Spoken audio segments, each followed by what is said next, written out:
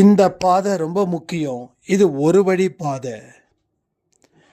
ஆனால் இந்த பாதையில் பயணம் செய்வது மிக கடினம்.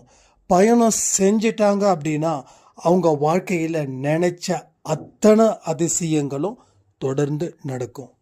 இந்த பாதையில் பயணம் செய்யணும்னா கடவுளுடைய அருள் கண்டிப்பாக இருக்கணும். கடவுளோட அருள் இருக்கிறவங்க இந்த பாதையில் இன்று முதல் பயணத்தை ஆரம்பிச்சிடுங்க. அப்போ அடுத்த சில வாரங்களில் உங்கள் வாழ்க்கையில் பெரிய அற்புதமும் அதிசயமும் நடந்தே தீரும். இதை யாராலையும் மாற்றவே முடியாது.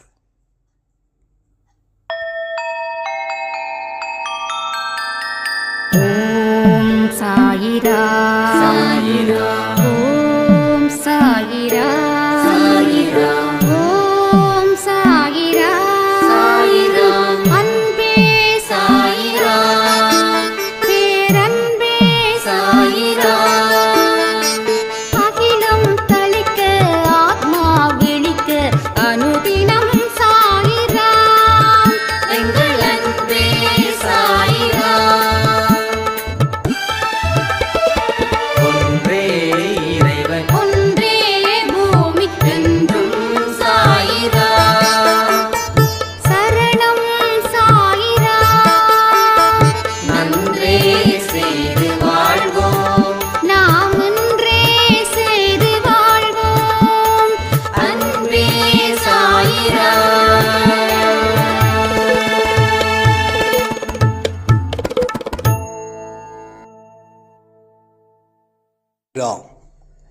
என் உயிரின் உயிரானவர்களே,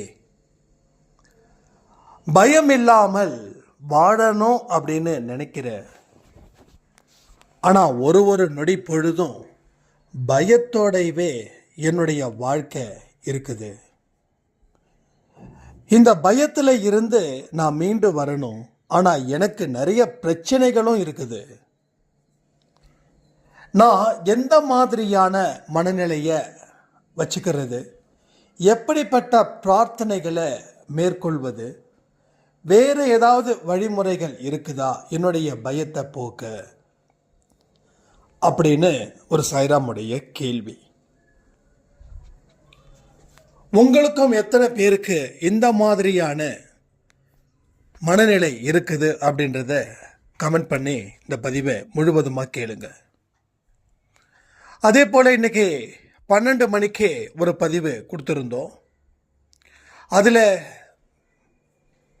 எப்படி செல்வ செழிப்பாக வாழுவது அப்படின்னு, அது மட்டும் இல்லாமல் அந்த கேள்விக்கு, அந்த சந்தேகத்துக்கு அந்த சாய்ராம் ரொம்ப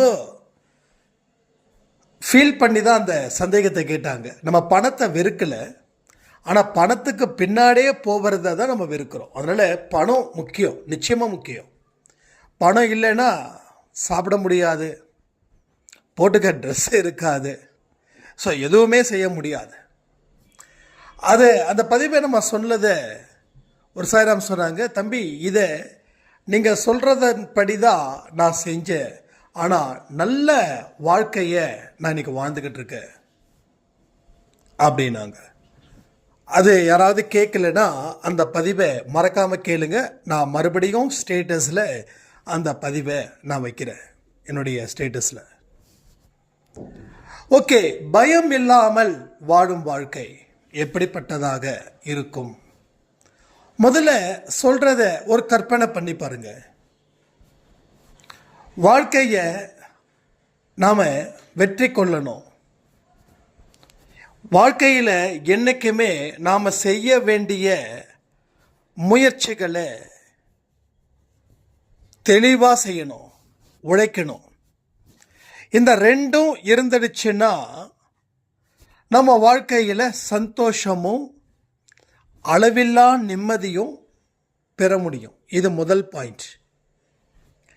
ஆனால் எந்த முயற்சி செஞ்சாலும் அது வீணா போயிடுமேன்னு சொல்லி ஒரு நெகட்டிவும் இருக்கும். அது ஓரளவுக்கு இருக்கிறது தப்பே இல்லை. ஆனால் அதுவே முழுசாக நெகட்டிவாக மாறிடுச்சுன்னா இங்கே பயம் அப்படி என்ற ஒன்றும் அதிகரிக்கும். அந்த பயம் எந்த முயற்சியும் செய்ய விடாது. எந்த விதமான ஒரு முடிவை எடுக்கவும் அது விடாது. அப்போ இந்த இடத்துல நம்ம மனசுக்கு ஒரு தெளிவை கொடுக்கணும். இப்படி எதையுமே செய்யாம உட்காந்துக்கிட்டு இருந்தா வாழ்க்கை வீணா போயிடும். அதனால நம்ம முயற்சிகள் செய்யறது தப்பு இல்லை. என்ன இந்த முயற்சிகள் தோல்வி அடைஞ்சா என்ன ஆயிட போகுது? அந்த மாதிரியான ஒரு செயல் திட்டத்தை உங்க மனசுக்குள்ள நீங்க ஆழமா புகுத்தணும். அப்போ முயற்சி எடுக்கும்போது உங்களுக்கு அந்த பயம் என்னைக்கும் வராது. சும்மா கிடைக்கிறதுக்கு அட்லீஸ்ட் ட்ரை பண்ணி பார்க்கலாமே, இந்த தோல்வியால் என்ன நடந்துட போகுது, வாழ்க்கை என்ன முடிஞ்சிட போகுதா அப்படின்ற மாதிரியான கேள்விகளையும் ஆழ் மனசுக்குள்ள வைக்கணும். அப்போ இந்த இடத்துல இந்த மாதிரியான மனநிலையை நீங்க உருவாக்கிட்டீங்கன்னா உங்களுக்கு பயத்தை நீங்க கொஞ்சம் கொஞ்சமா வெல்ல முடியும். ரெண்டாவது, இந்த பயம் ஏன் ஏற்படுது? மற்றவங்களுக்கு யானையில உட்காந்துட்டு போனா பயம் இல்லை, ஆனா நமக்கு யானையில உட்காந்துட்டு போனா பயம் இருக்குது. ரெண்டு பேரும் மனுஷங்க தான்.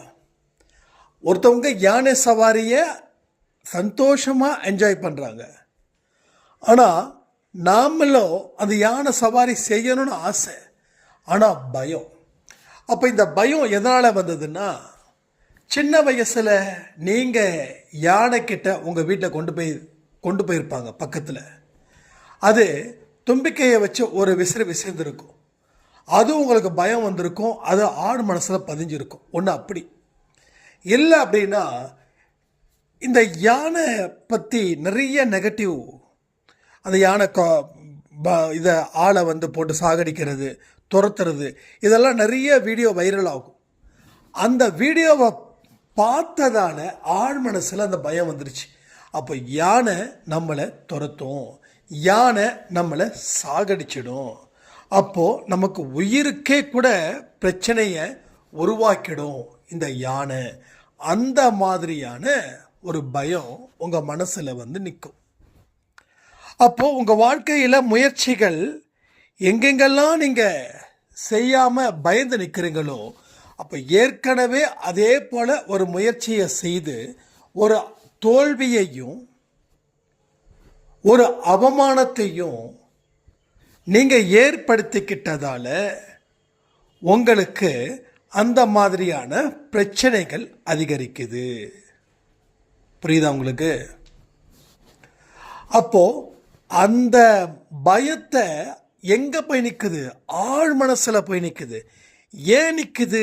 எதுக்கு நிற்குதுன்னா, அந்த சூழ்நிலையில நீங்க மாட்டிக்கிட்டதால. ஒன்று உங்களுக்கு நேர்ந்திருக்கும், இல்லை பிறருக்கு நேர்ந்ததை பார்த்து உங்களுக்கு பயம் வந்திருக்கும். இந்த ரெண்டில் ஏதோ ஒன்று நடந்ததால உங்கள் வாழ்க்கையில் முயற்சிகள் எடுக்க முடியல. இவ்வளோதான். எல்லா விஷயத்தையும் நம்ம மனசுக்குள்ள எப்படி கொண்டு போய் சேர்க்கிறோமோ அதை பொறுத்து தான். அப்போது யானை என்ன தாக்கும் அப்படின்னு நினச்சி யானை சவாரி பண்ணும்போது அங்கே ஒரு அசம்பாவிதம் நடக்கலாம். அந்த யானை உங்களை உத்து பார்க்குற மாதிரி பார்க்கலாம். நீங்கள் யானை மேலே ஏறும்போது கீழே விடலாம். யானை ஏதாவது ஒரு சவுண்டு கொடுக்கலாம். யானை சில நேரத்தில் ஆக்ரோஷமாக இருக்கலாம். இது என்னன்னா உங்களுடைய வைப்ரேஷன், அது போல உங்கள் மைண்ட் வைப்ரேஷன் அது போல. ஸோ அந்த மாதிரி தான் இங்கே மனசில் நிறைய பேருக்கு ஒரு விதமான அழுத்தம் பதிஞ்சு போயிடுச்சு. அந்த பதிவை தான் நம்ம எடுக்கணும். எல்லா பதிவுகளும் நிறைய பேருக்கு எடுக்க வேண்டிய கட்டாயமும் இருக்குது. ஒரு வருஷத்துக்கு முன்னாடி ஒரு அன்பே சாயல, ஏன்னா எல்லா மிராக்களும் என் மைண்டுக்குள்ள ஒவ்வொரு இன்சிடெண்ட்டை பற்றி பேசும்போதும் ஞாபகத்துக்கு வரும். என்னோட கணவர் என்னை எப்போ பார்த்தாலும் திட்டுறாரு, அடிக்கிறாரு, உதைக்கிறாரு. நான் நினைச்சாவே அவர் அன்னைக்கு செஞ்சிருவாருன்னா, இத்தனை நாள் இவர் என்னை அடிக்கலையே, இத்தனை நாள் என்னை கேவலமாக பேசலையே, ஏன் ஒரு சண்டை கூட இத்தனை நாள் வரலையே அப்படின்னு நான் நினச்ச அடுத்த 1 மணி நேரத்தில் வீட்டில் சண்டை வரும்னா அப்படின்னு. அப்போ என்ன ஆகுது, நம்மளுடைய வைப்ரேஷன் ஒன்று இருக்கே, அது பிறருக்கு போகுது. அங்கே இருந்து ஒரு சண்டை ஆரம்பமாகுது. அப்போ எல்லாமே எங்க நம்ம மனசுக்குள்ள இருக்கக்கூடிய அழுத்தம் மீண்டும் வெளியேறி சம்பந்தப்பட்டவங்க கிட்ட போயிட்டு அவங்கள அதே மாதிரி ரியாக்ட் பண்ணி நம்மளை அப்படி சேர்க்குது. அப்போ நான் சொன்னேன், இதை பாருங்கம்மா, சரி ஓகே, உங்கள் கணவர் உங்களை அடிக்காமல் இருக்கணுமா, உங்கள் கணவர் கெட்ட வார்த்தை சொல்லி திட்டாமல் இருக்கணுமா, உங்கள் கணவர் அன்போட பண்போட மரியாதையோட நடத்தணுமா அப்படின்னு. அப்படி நடந்துடுச்சுன்னா இந்த வாழ்க்கையே எனக்கு சொர்க்கம் அப்படின்னார். அப்போ சொர்க்கம் அப்படின்றது தெரியுது, இதெல்லாம் அவர் செஞ்சாருன்னா அந்த சொர்க்கம் கிடைக்குதுன்னு தெரியுது. அப்போ நான் சொன்னேன், கொஞ்ச நாளைக்கு அவர் உங்களை அடிக்கலன்னு நினைங்க. இதுவரைக்கும் உங்களை அவர் அடிக்கவே இல்லை. இதுவரைக்கும் உங்களை அவர் அவமானப்படுத்தவோ பயப்படுத்தவோ அசிங்கமான வார்த்தைகள் சொல்லி திட்டவோ இல்லை. நீங்கள் இன்னைக்கு தான் புதுசாக பிறந்திருக்கீங்க, இல்லைன்னா இன்னைக்கு தான் நீங்கள் இவரை கல்யாணம் பண்ணியிருக்கீங்க. அந்த மனநிலையில் உங்கள் மனசை வச்சிக்க முயற்சி பண்ணுறீங்களா அப்படின்னு. கண்டிப்பாக நான் முயற்சி பண்ணுறேன் சாய்ராம் அப்படின்னாங்க. அப்போது ஒரு கொஞ்ச நாள் அப்படியே போக போக போக அவர் இந்த அம்மாவை பார்த்து அடிக்கவோ கேவலமாக பேசவோ தரம் தாழ்த்தி நடத்தி வைக்கவோ இல்லை. அப்போ என்ன ஆகுது, என்னுடைய வைப்ரேஷன் தான் அவரை வில்லனாக்குது, என்னுடைய வைப்ரேஷன் தான் அவரை நல்லவனாக்குது. அப்போ என்னுடைய வைப்ரேஷன் எப்படிப்பட்டதோ அப்படியே எதிரிலையும் பிரதிபலிக்குது. இதை புரிஞ்சுக்கிட்டவங்க எத்தனை பேர், புரிஞ்சுக்கிட்ட நம்புறவங்க எத்தனை பேர், இவ்வளோதான். இதை என்னென்னா, நான் 100 பேருக்கு சொல்லுறேன்னு வச்சுக்கோங்களேன், 10 பேர் நம்புவாங்க, மீதி 90 பேர் நம்ப மறுப்பாங்க. ஏன் தெரியுமா? அது எப்படி, அது அவருடைய கேரக்டரே இப்படி, அவர் எப்படி இத்தனை விஷயத்தை செய்வார், அவர் எப்போ பார்த்தாலும் என்ன அசிங்கப்படுத்துறதுல தான் அவர் குறியாக இருப்பார். அப்படி இருக்கும்போது நான் எப்படி நினைக்கிறேனோ அதை அப்படியே அவரால் ரியாக்ட் பண்ண முடியுமா அப்படின்னு. அந்த 90% மக்கள் இப்படி தான் நினைப்பாங்க. ஏன்னா அவங்க நினைக்கிறது தப்பு இல்லை, அவங்களுடைய வாழ்க்கையில் ஏற்பட்ட சம்பவங்கள் அப்படிப்பட்டது. அப்போது அதை மாற்ற முயற்சி செய்கிறாங்க, ஆனால் முடியல. ஒரு வாழ்க்கையில் நம்பிக்கை வரலை. ஏன்னா நிறைய முயற்சிகள் செய்து தோல்வி அடையும் போது அது மறுபடியும் முயற்சி செய்ய விடாது. இது உங்களுக்கு மட்டும் இல்லை, எல்லாருக்கும் பொருந்தும். ஆனால் இந்த ஒரு இடத்துல கஷ்டப்பட்டு நம்ம மனசை மாற்றிட்டோம் அப்படின்னா ஒரே ஒரு வெற்றியை நம்ம அனுபவிச்சிட்டோம் அப்படின்னா வரக்கூடிய எல்லா சம்பவங்களும் நமக்கு சாதகமாக பயன்படுத்தி வெற்றி வாகை நம்மால் சூட முடியும். எல்லோரும் இங்கே ஒரே ஒரு வெற்றிக்காக தான் பாடுபட்டுக்கிட்டு இருக்கோம். அன்பே சாயில் எத்தனையோ பேர் எத்தனையோ கஷ்டத்தோடு வந்தவங்க. ஆனால் இன்னைக்கு நிறைய பேருக்கு நார்மல் வாழ்க்கை லீடாக இருக்குது, சில பேருக்கு வாழ்க்கையில் வெற்றி வகை சூடியிருக்காங்க. அப்போது எல்லாருக்குமே அந்த ஒரு வெற்றி தான். அந்த ஒரு வெற்றி முன்னாடி வரைக்கும் அவங்களால எதையுமே ஏற்றுக்கொள்ள முடியல. ஒரு சாயிரம் ஓப்பனாக சொன்னது, நீங்கள் சொன்னது எல்லாமே சரி, அதில் எந்த ஒளிவு மறைவும் இல்லை. கடவுளை வணங்குறவங்களுக்குத்தான் இப்படி வாழ்க்கை இல்லை அப்படின்னு நீங்கள் சொல்லவே இல்லை. கடவுளை வணங்காதவர் கூட நல்ல எண்ணத்தின் அடிப்படையில் எண்ணங்களை அமைச்சா வாழ்க்கையில் வெற்றி பெற முடியும்னு சொல்கிறீங்க. ஆனால் அந்த நல்ல எண்ணத்தை விதைக்கிறோம். ஆனால் கொஞ்ச நாளிலேயே விதைச்சதை தூக்கி எறிஞ்சு கெட்ட எண்ணத்தை விதைக்க வேண்டிய நிர்பந்தம் தான் எங்களுக்கு இருக்குது. இதுதான் உண்மை. அப்போது அன்பேசாயில் சொல்லக்கூடிய விஷயத்தை ஏற்றுக்கிறது பெயரளவில் ஈஸியாக இருக்குது, ஆனால் செயல்படுத்துவது பெரிய அளவில் கடினமாக இருக்குதுன்னு சொன்னாங்க. இது எத்தனை பேர் ஒத்துக்கிறீங்க? சொல்கிறது ஈஸி, ஆனால் செய்கிறது கஷ்டம் அப்படின்னு. நான் ஒன்று சொல்லவா? நானும் அதே தான் சொல்கிறேன். நீங்கள் என்ன சொல்கிறீங்களோ அதே தான் சாயப்பட சொல்கிறேன். சொல்கிறது ஈஸி, செய்கிறது கஷ்டம். அப்போ சாயப்பா ஒன்றே தான் சொல்கிறாரு, வேறு வழி இல்லை தம்பி, நீ செஞ்சு தான் ஆகணும், நீ கஷ்டப்பட்டு தான் ஆகணும் அப்படின்றார். அப்போ நாம் என்ன பண்ணுறோம்? அவரே சொல்லிட்டாரு, வேறு ஆப்ஷன் இல்லை. வேறு ஆப்ஷன் தான் பரவாயில்ல, அது ஆப்ஷனை சான்சஸ். இந்த வழி இல்லையா, வேறு வழி, அந்த வேறு வழி தான் இருக்கு, வேறு வழியே இல்லைன்ட்டார் அவர். அப்போது இதை உன் மனசில் கொண்டு வா, இதை நிறுத்து, இதை நிறுத்திட்டு அதுக்கப்புறமா செயல்படு, கஷ்டப்படு. ஆனால் கஷ்டப்படும்போது ஒரே ஒரு வெற்றியை மட்டும் பெற்றிடு. அதுக்கப்புறமா அந்த டெக்னிக்ஸை நீ புரிஞ்சுக்கிட்டு வாழ்க்கையில் வாழுவேன். இங்கே நிறைய அம்மாக்களை பற்றி சொல்ல முடியும். நிறைய பேர் கண்ணீரோடு வந்தவங்க ஜாஸ்தி. கணவர் சரியில்லை, கணவர் இப்படிப்பட்டவர், எனக்கு கணவர் இல்லை, கணவர் என்னை விட்டுட்டு போனார். நிறைய பேர், 1-2 பேர் இல்லை, நிறைய பேர். இன்றைக்கி அவங்களுக்கு ஆப்ஷனே இல்லை அப்படின்ற ஒரு இடத்துல இருந்ததால் அதை முழுவதும், அதாவது அன்பேசாய் பதிவை முழுவதும் கேட்டதால், அதன்படி நடந்ததால் அவங்க இன்னைக்கு பெட்டராக ஃபீல் பண்ணுறாங்க. இது சாயப்பா மேலே சத்தியமாக சொல்லக்கூடிய வார்த்தை. It's a better, now is very better. அதுக்கு என்னன்னா, அவங்க முடிவு பண்ணிட்டாங்க, there is no option, this only one option is there. So multi way இல்லை, சிங்கிள் வே தான். அப்போது இந்த சிங்கிள் வே தான் நமக்கு கிடச்சிருக்குது. ஸோ இதுதான் பயணம். அப்போ இந்த பயணம் definitely will be difficult. But அதுக்காக நாம் ஸ்டாப் பண்ண முடியாது. நீ வாழணும்னு நினச்சா நீ அந்த கஷ்டத்தை ஏற்றுக்கோ, அந்த இடத்துலே போ. இந்த இடம் ரொம்ப குறுகின இடம், காலுக்கு செருப்பு போடக்கூடாத ஒரு இடம், கல், மண், இன்னும் என்னென்ன குச்சிகள், முள்ளு குச்சிகள், வேலிகள் இருக்குதோ அத்தனையும் இருக்கக்கூடிய ஒரு இடம். இப்படி அசைஞ்சாலும் இந்த பக்கம் வெளியில் இருக்கிற முள்ளு குத்தும், அப்படி அசைஞ்சாலும் அந்த பக்கம் வெளியில் இருக்கிற முள்ளு குத்தும்.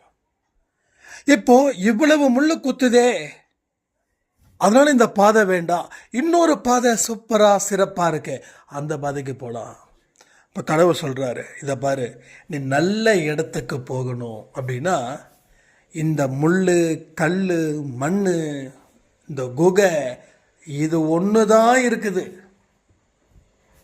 நீங்கள் உடனே கடவுள்கிட்ட கேட்கலாம், அப்போ அந்த 4 பாதை இருக்குது, அது நல்லா தானே இருக்குதுன்னு. அந்த பாதையை நான் ரெக்கமெண்டே பண்ணலை. அந்த பாதையில் எனக்கு எந்த பூரண சம்பந்தமும் இல்லை, எனக்கு சமாதானமும் இல்லை. நீ அந்த பாதையில் போ, ஆனால் வரக்கூடிய கஷ்டத்தை, நஷ்டத்தை நீ அனுபவிச்சுக்கோ அப்படின்றார். அப்போ வேறு ஏதாவது பாதை இருக்கா? இல்லை, இது ஒன்லி ஒன் பாதை, இது ஒரு வழி பாதை. அப்போ எத்தனை கிலோமீட்டர் எப்படி இருக்கும் அப்படின்னு அவர்கிட்ட கேட்க முடியாது. ஏன்னா உனக்குன்னு இருக்கக்கூடிய வீடு எவ்வளவு தூரத்துக்கு வருதோ அது வரைக்கும் அந்த பாதை அப்படி தான் இருக்கும். வீடுன்றது கர்ம பலன்கள், பாதைன்றது அதில் பயணம் செய்கிறது தண்டனைக்குரிய காலம். அப்போ சில பேருக்கு வீடு கிட்ட, அவங்களுக்கு முடிஞ்சிருச்சு, பாதை முடிஞ்சிருச்சு, அவ்வளோதான், கர்மாக்கள் முடிஞ்சிருச்சு, அவங்க ஹாப்பியாக இருப்பாங்க. ஆனால் உனக்கு பாவம் ஜாஸ்தி, அதனால் பயணமும் ஜாஸ்தி, உன் வீடு ரொம்ப தூரமாக இருக்குது, அது வரைக்கும் பல்ல கடிச்சிட்டு போ. ஆனால் ஒன்று, உயிருக்கு எந்த பிரச்சனையும் இல்லை. ஆனால் இந்த பாதையில் பயணம் செஞ்சு அடைய வேண்டிய உன் வீட்டை அடைஞ்சிட்டேன்னா அதுக்கப்புறம் உனக்கு ராஜ மரியாதை தான். அந்த மாதிரி தான் நானும் பயணத்தை ஆரம்பித்தேன். ஆனால் பயணம் எங்கேயோ கூட்டிட்டு போயிடுச்சு. நானே நினச்சேன், என்னடா அது இவ்வளவு தூரம் பயணம், அப்போ இந்த ஜென்மம் வரைக்கும் இந்த பயணம் இருந்துக்கிட்டு தான் இருக்குமா, சான்ஸே இல்லையா முடியறதுக்கு அப்படின்னு. ஆனால் ஒரு நாள் சட்டுன்னு முடிஞ்சிருச்சு. அப்போது எப்போ அந்த பயணம் முடியும் அது நமக்கு தெரியாது. அது நம்மளை படைச்ச கடவுளுக்கு தான் தெரியும். ஏன்னா அவர் தான் இங்கே கணக்கு புள்ள. எத்தனை அடி நீ எடுத்து வைக்கணும், இத்தனை அடி எடுத்து வச்சாதான் உனக்கு பெனிஃபிட்டு அப்படின்னு சொல்லுவாங்க இல்லையா, அது மாதிரி அவர் தான் இங்கே கணக்கு புள்ள, அக்கௌண்டன்ட். இத்தனை அடி எடுத்து வை, உனக்கு பிரச்சனை தீர்ந்தது.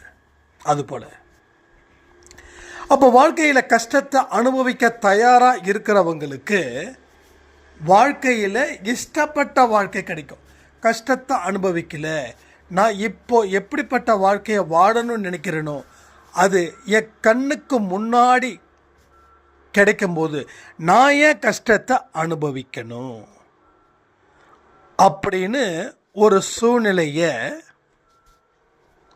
நாம் உருவாக்கிக்கிறோம். ஏன்னா நம்ம கண்களால் பார்த்ததை நல்லதுன்னு நம்புகிறோம். ஆனால் கடவுள் சொல்கிறாரு, கண்களால் பார்த்தா மட்டும் போதுமா, என்னுடைய வார்த்தைகளை கேட்க வேண்டாமா அப்படின்னு கேட்குறாரு. அப்போ நாம் என்ன பண்ணுறோம், கண்களில் பார்க்குறோம், கடவுளோட வார்த்தைகளை கேட்கறது இல்லை. ஏன்னா கடவுளோட வார்த்தைகள் ரொம்ப ஒரு மாதிரி கிரிஞ்சியாக இருக்குது. ஒரு மாதிரி என்ன சொல்கிறது, அதை செய்யாத, இதை செய்யாத, அப்படி இரு, இப்படி இரு, அது போல்.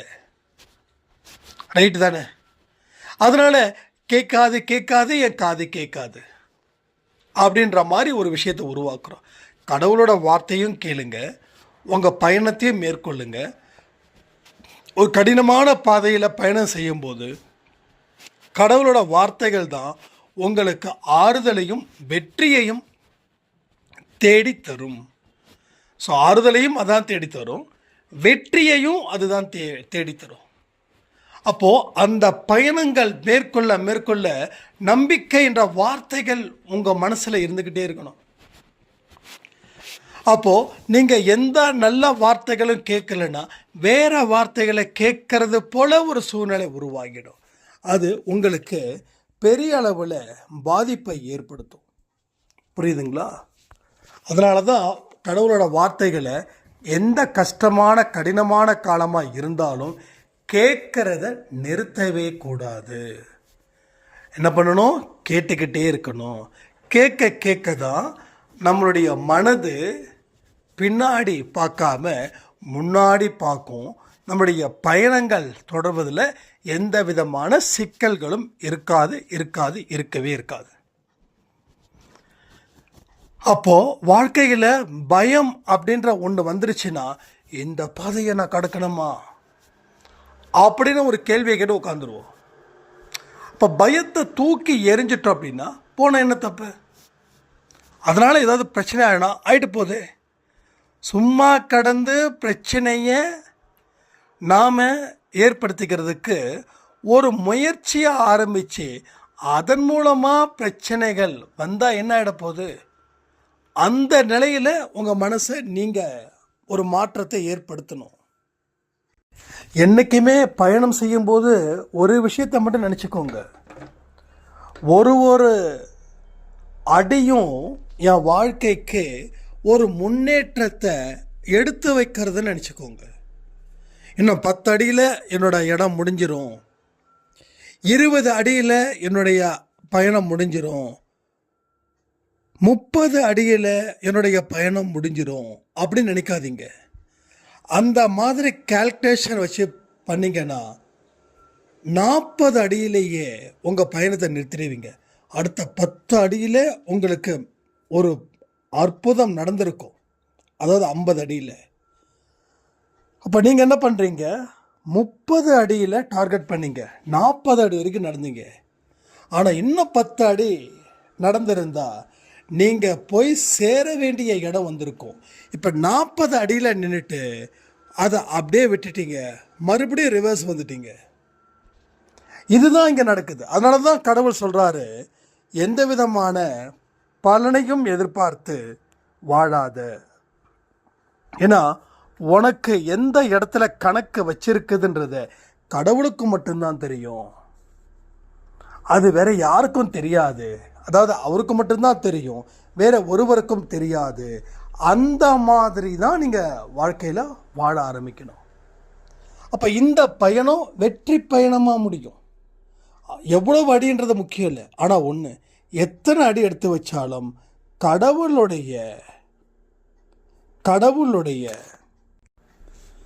அருள் இருக்கிற உங்களுக்கு அந்த பயணம் கூட கடினமான பயணமாக இருக்காது, கடவுளுடைய அருள் இருக்கிறவங்களுக்கு.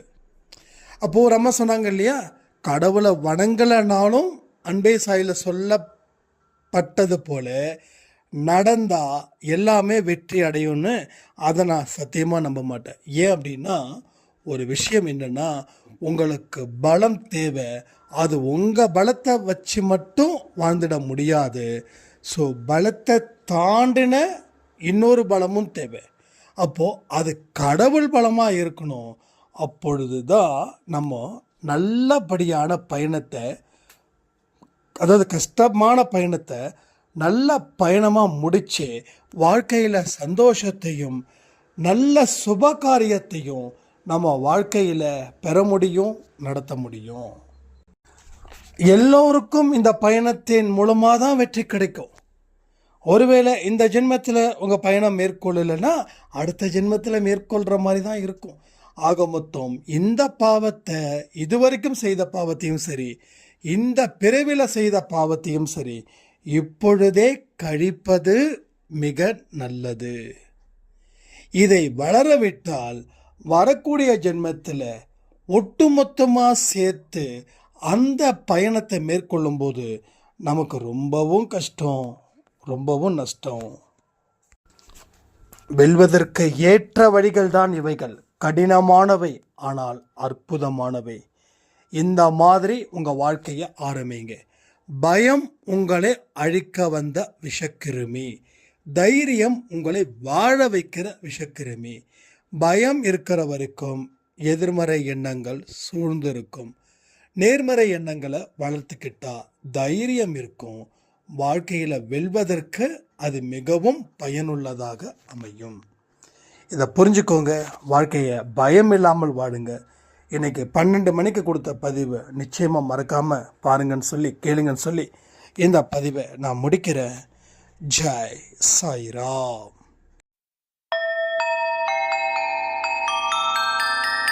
ஓம் சாயிராம்.